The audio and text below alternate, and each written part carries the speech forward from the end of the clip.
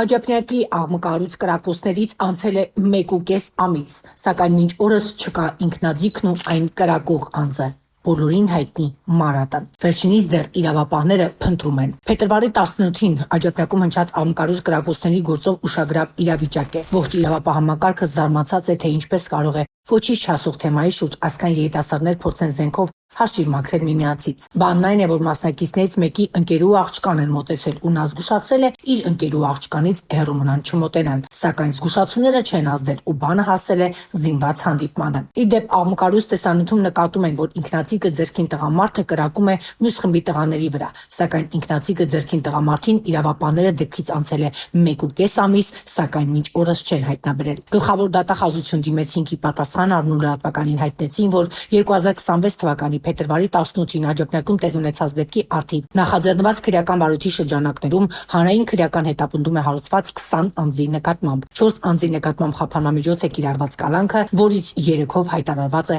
հետախուզում։ 7 անձի նկատմամբ խափանամիջոց է կիրառված տնային կալանքը, համակցված այլ խափանման միջոցներով։ 9 անձանց նկատմամբ ընտրված են այլ խափանման միջոցներ։ Քրեական գործով նախաքննությունը քննչական կոմիտեում շարունակվում է։